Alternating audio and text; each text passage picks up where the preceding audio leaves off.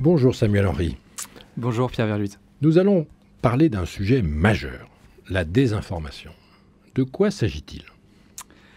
La désinformation, ce terme est désormais le terme qui a remplacé l'expression en quelque sorte, ou la tendance que l'on entendait il y a quelques années au travers de l'expression fake news, qui d'ailleurs paradoxalement a été employée plusieurs centaines de fois lors de la première campagne présidentielle par le président Donald Trump lui-même.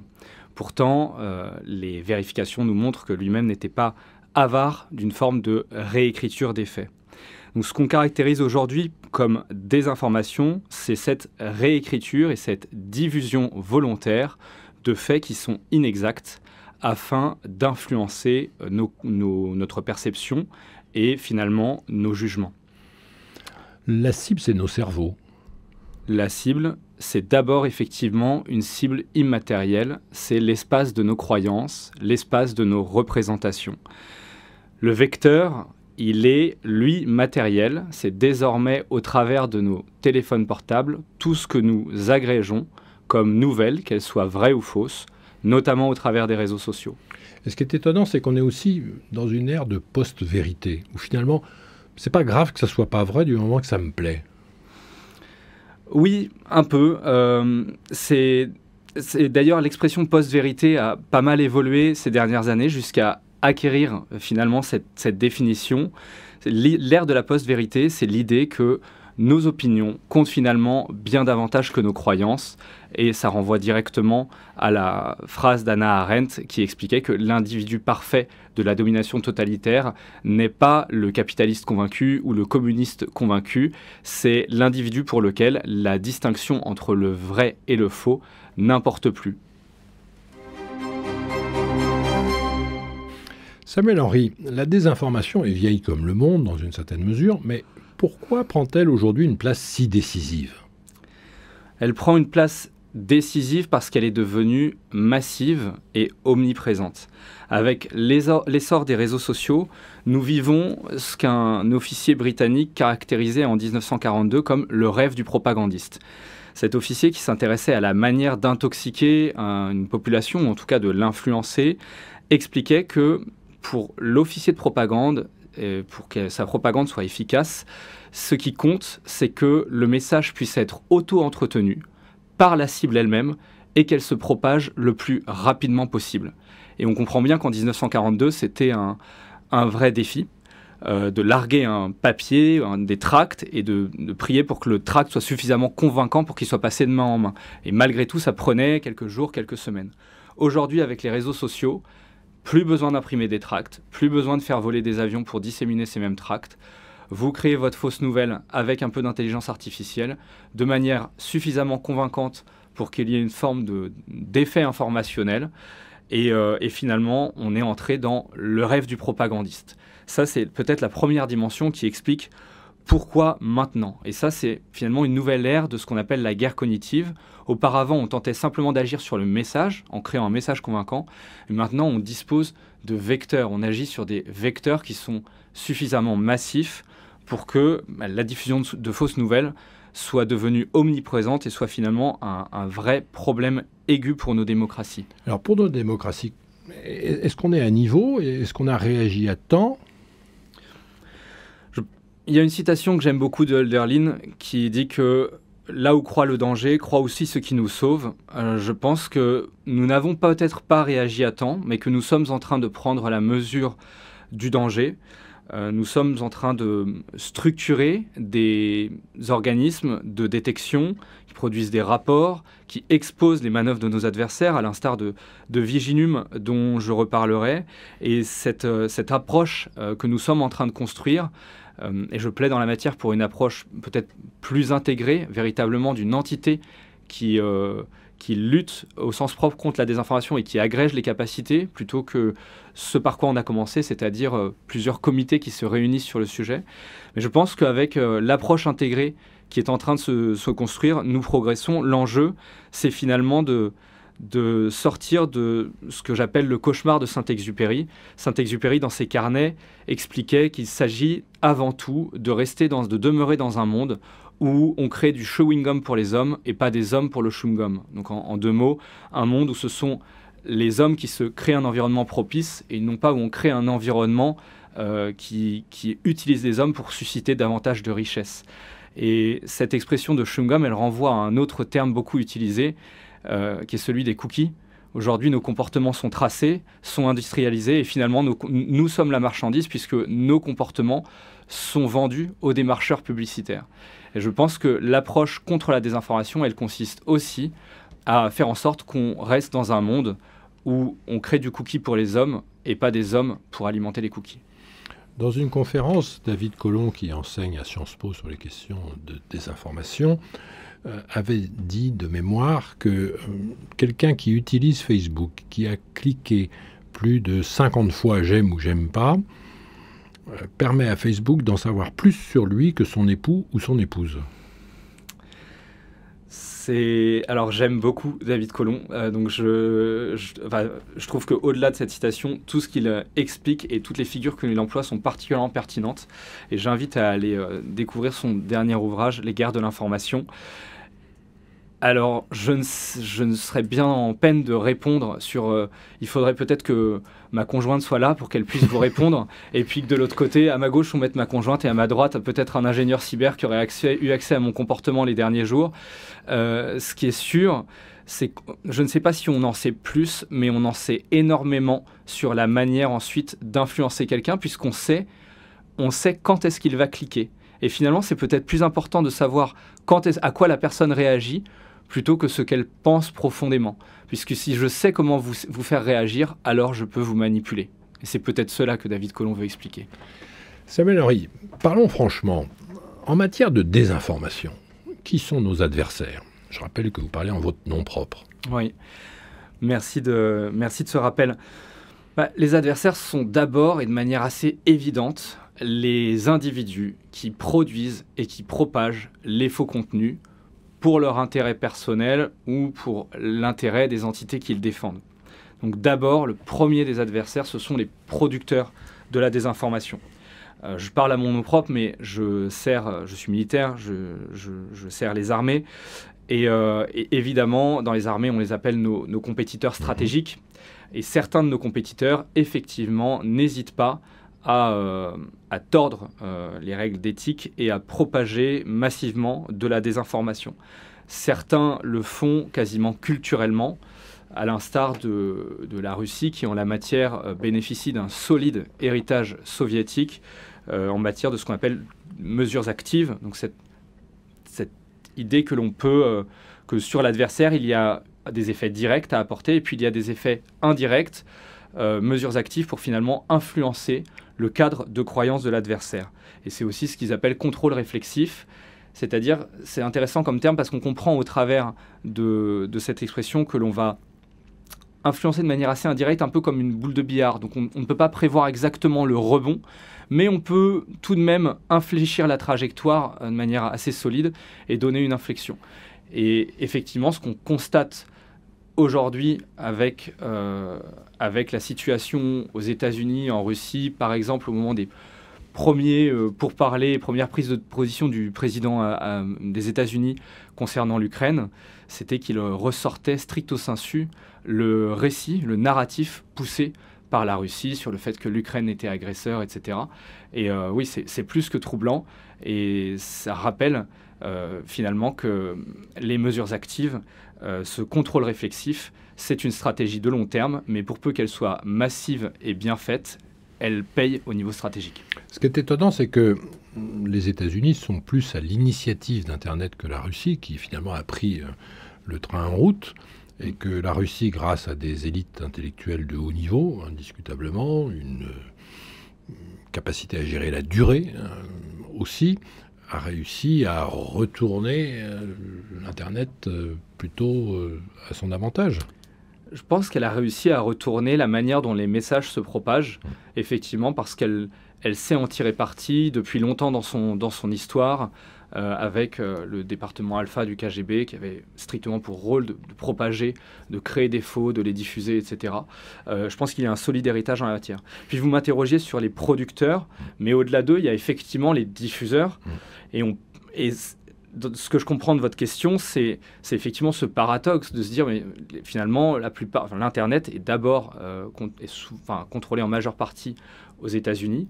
C'est quand même surprenant, finalement, qu'on assiste à ce renversement de situation.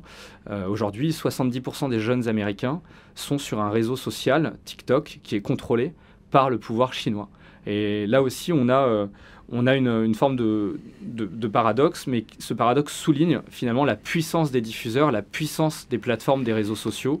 Plateformes qui refusent de plus en plus tout ce qui pourrait les contraindre à maîtriser la diffusion des messages, à la réglementation. Le vice-président des États-Unis, J.D. Vance, a pris des positions très fermes contre la réglementation en matière de lutte contre la diffusion des informations, ouvrant un boulevard finalement à tous ceux qui utilisent Internet à des fins de désinformation. Oui, et c'est assez inédit. Comme nous vivons une situation inédite avec de nouveaux diffuseurs d'informations, ce n'était pas prévu dans la réglementation américaine, si ma mémoire est bonne, de 1934, sur la régulation des médias. Et donc, pour le moment, les plateformes ne tombent pas sous le coup de cette régulation des médias. Donc ça joue énormément. Elles ne sont pas identifiées comme des éditeurs, alors qu'en fait, à travers leurs algorithmes qui mettent en avant sur des millions de messages, quelques messages, il y a une forme d'éditorial. D'édition et de diffusion d'informations. Exactement. C'est l'auteur Stephen Brill, fondateur de NewsGuard, qui s'intéresse aussi aux effets de la désinformation, qui compare ça à un maçon qui construit un mur en place publique pour que les gens puissent venir s'exprimer. Et lorsque le mur est recouvert d'insultes et de propos diffamants et calomnieux, vient expliquer qu'il est un simple maçon.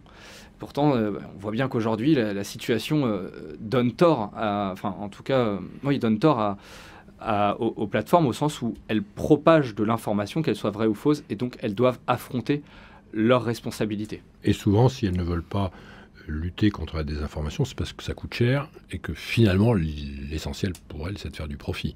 Oui, ce qui est sûr, c'est que c'est une contrainte et ça ne rapporte rien. Ce qui rapporte, c'est la viralité du propos. Les plateformes ne recherchent pas à diffuser le vrai ou même ce qui plaît. Elles cherchent à diffuser ce qui va vous faire réagir, que ce soit agréable ou non. Planisphère, pour Radio Notre-Dame et RCF. Pierre Verluise. S'appelle Henri, vu de loin, la désinformation, ça semble virtuel, fumeux, insaisissable, complexe. Est-ce qu'il existe une forme de matérialité de la désinformation ? Oui, il existe une forme de matérialité de la désinformation, indéniablement. Il n'est qu'à regarder l'assaut sur le Capitole pour contester la non-élection la défaite de Donald Trump aux élections américaines il y a 4 ans et demi, pour comprendre que parfois, la désinformation se matérialise. Et quand c'est le cas, c'est bien souvent de manière assez violente et assez massive.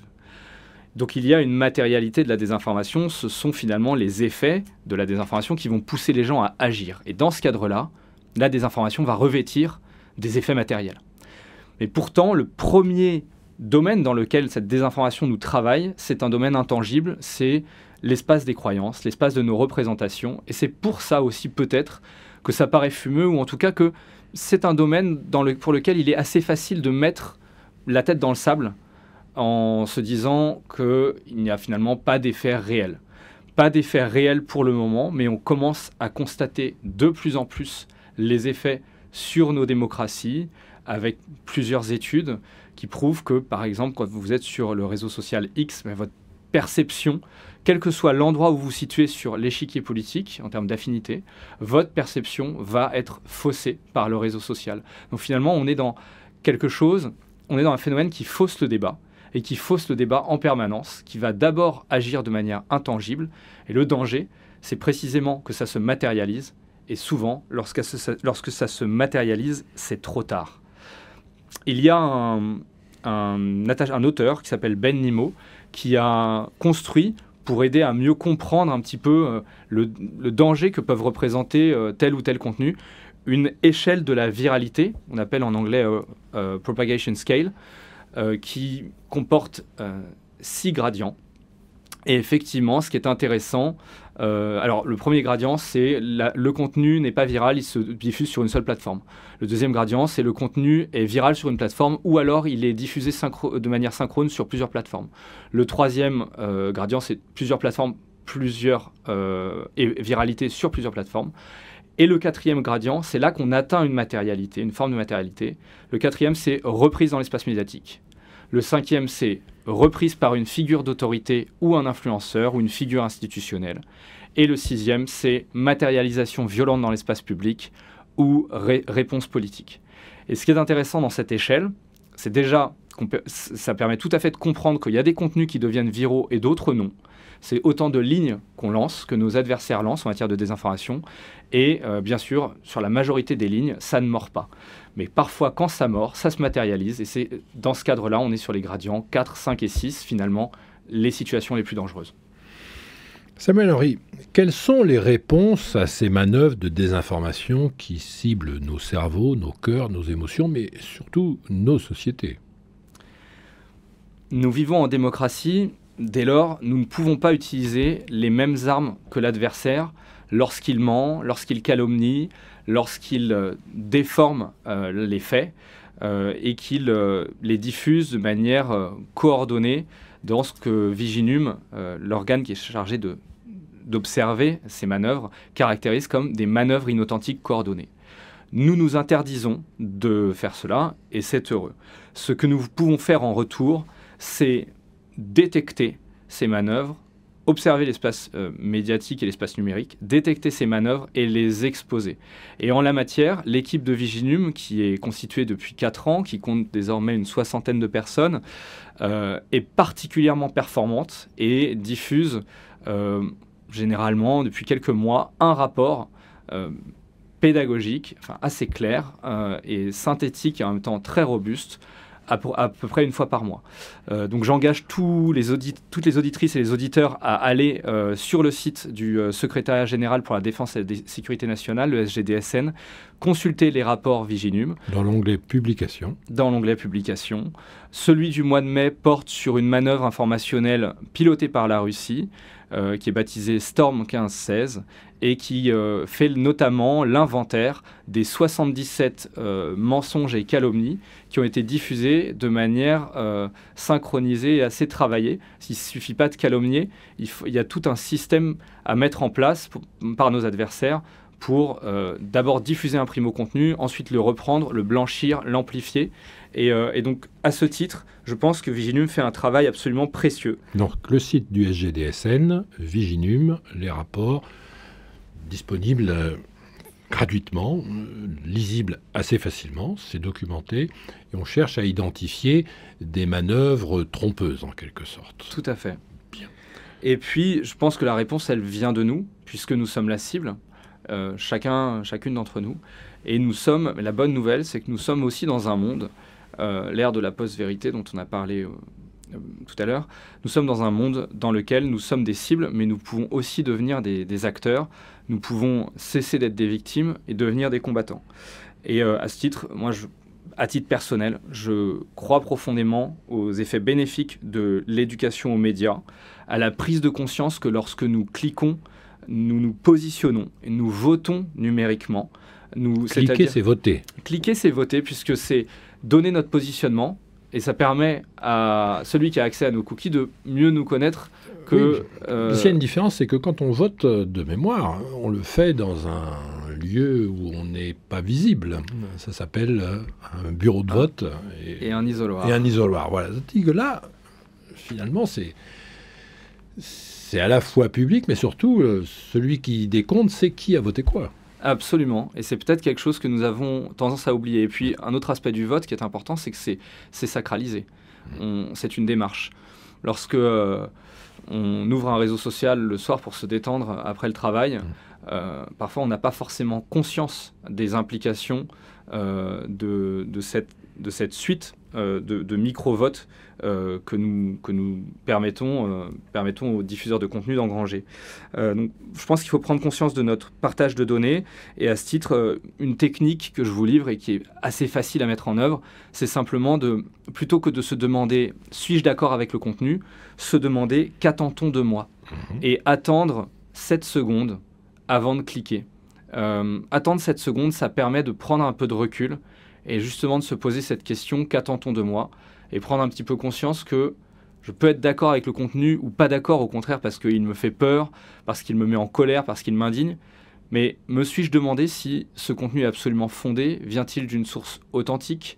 Vient-il d'une source qui travaille habituellement de manière sérieuse et qui recoupe les données? Voilà, je pense que chacun, nous devons nous tenir responsables. Et est-ce qu'en tant que citoyen, on peut attendre du législateur qu'il soit un peu plus ferme sur ces questions? Absolument. Je pense qu'en tant que citoyen, nous avons un rôle en tant que consommateurs, mais nous avons aussi des responsabilités envers, je pense, à exiger du législateur peut-être des mesures plus draconiennes envers les plateformes. J'ai dit qu'on vivait dans le cauchemar de Saint-Exupéry, et moi je rêve un petit peu d'un monde dans lequel on prendrait à ceux qui refusent leur responsabilité de diffuseurs de fausses informations, on prendrait à cela pour donner aux diffuseurs de confiance.